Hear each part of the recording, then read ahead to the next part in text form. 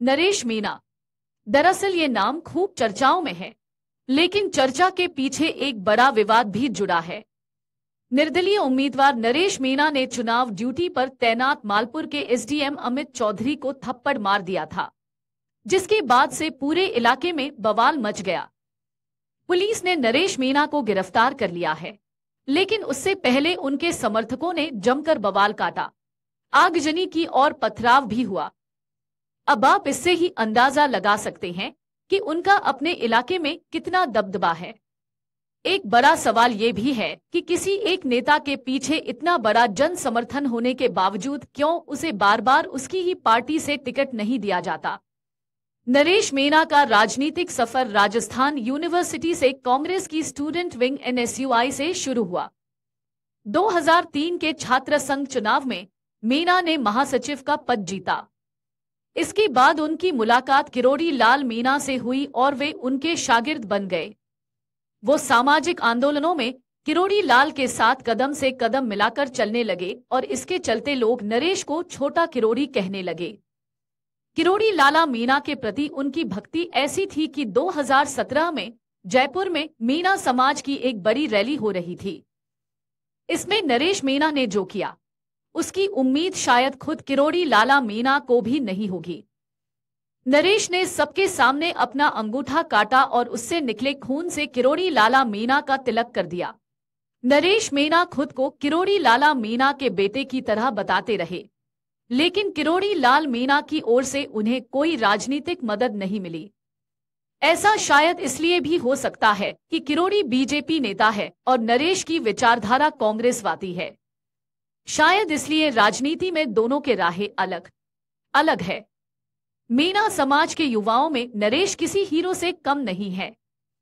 हर राजनेता की तरह उनकी भी कुछ महत्वाकांक्षाएं हैं जो रहकर सामने आ जाती है। 2023 विधानसभा बनाव में नरेश मीणा ने कांग्रेस से टिकट की मांग की थी। सचिन पायलट के करीबी माने जाने के बावजूद मीणा को टिकट नहीं मिला। नरेश छबड़ा विधानसभा सीट से चुनाव लड़ने की इच्छा जताई थी, लेकिन पार्टी से टिकट नहीं मिला तो उन निर्दलीय ही चुनाव लड़ा। तब नरेश को 44,000 वोट मिले।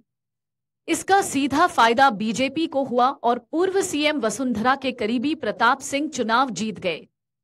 इस कदम के चलते नरेश कांग्रेस पार्टी से 7 के लिए निष्कासित कर दिए गए थे। इसके अगले साल ही लोकसभा चुनाव आ गए। नरेश ने एक बार फिर चुनाव में किस्मत आने की कखी और ऐलान कर दिया कि वे दौसा सीट से निर्दलीय पर्चा भरेंगे। ये सुनकर कांग्रेस ने नरेश को पार्टी में की शामिल कर लिया, जिससे सबको ये लगा कि पार्टी इस बार शायद उन्हें टिकट दे दे। हालांकि तब भी नरेश को निराशा ही हाथ लगी, क्योंकि कांग्रेस ने मुरारी लाला मीणा को अपना उम्मीदवार बनाया। इससे नरेश काफी नाराज हुए। इससे जुड़े एक किस्सा भी है जो बताता है कि नरेश कितने बेबाक है। दरअसल दौसा में मुरारी लाल मीणा की एक सभा हो रही थी। इसी सभा में नरेश मीणा को बोलना के लिए मंच पर बुलाया जाता है। उनके खड़े होते ही जय नरेश के नारे लगने लगते हैं। नरेश बोलना शुरू करते हैं, मुझे ये कहकर कांग्रेस ज्वाइन करवाई गई कि टिकट में तुम्हारा नाम भी है, लेकिन जब लिस्ट आई तो मेरा नाम नहीं था। मुझे उसके बाद से ही नींद नहीं आई।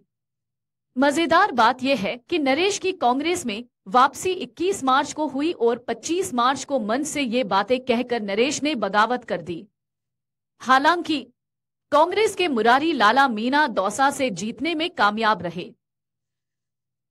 इसके बाद देवली उनियारा विधानसभा सीट से उपचुनाव का समय आया। पार्टी पहां से केसी मीणा को अपना उम्मीदवार बनाया, लेकिन नरेश ने फिर बगावती तेवर अपनाते हुए निर्दलीय पर्चा भरा। बुधवार को इसी सीट के उपचुनाव के मतदान के दौरान नरेश ने एसडीएम को थप्पड़ मार दिया था। दरअसल नरेश मीणा लगातार चुनाव आयोग पर आरोप लगा रहे थे कि ईवीएम मशीन पर उनका चुनाव चिन्ह ठीक से नजर नहीं आ रहा था और वह हल्का दिखाई दे रहा है। इस मुद्दे को लेकर नरेश और चुनाव ड्यूटी पर तैनात मालपुरा के एसडीएम अमित चौधरी के बीच कहासुनी हो गई और मीणा ने अधिकारी को थप्पड़ मार दिया। इसके बाद शाम को जब पोलिंग पार्टियां रवाना होने लगी तो नरेश मीणा समर्थकों के साथ धरने पर बैठ गए। पुलिस ने भीड़ को हटाने की कोशिश की तो दोनों पक्षों में झड़प शुरू हो गई। इसके बाद पुलिस ने नरेश मीणा को हिरासत में ले लिया, लेकिन समर्थकों की भीड़ उसे छुड़ा ले गई। हालांकि गुरुवार सुबह नरेश को फिर से गिरफ्तार कर लिया गया। दरअसल ये कोई पहले मामला नहीं है जब नरेश मीणा के समर्थकों ने इस तरह का बवाल काटा हो। पिछले साल 19 सितंबर को भी नरेश मीणा को पुलिस ने गिरफ्तार किया था। तब उनकी रिहाई की मांग को लेकर हजारों समर्थकों ने कलेक्ट्रेट घेर लिया था। फिलहाल मीणा के खिलाफ आईपीसी की धाराओं के तहत मामला दर्ज किया गया है। अगर आप ये वीडियो YouTube पर देख रहे हैं तो हमारे चैनल को सब्सक्राइब कर बेल आइकन दबाएं, और Facebook पर देख रहे हैं तो हमारे पेज को लाइक करें। 8 मिलियन प्लस सब्सक्राइबर, आपके इस भरोसे के लिए बहुत धन्यवाद।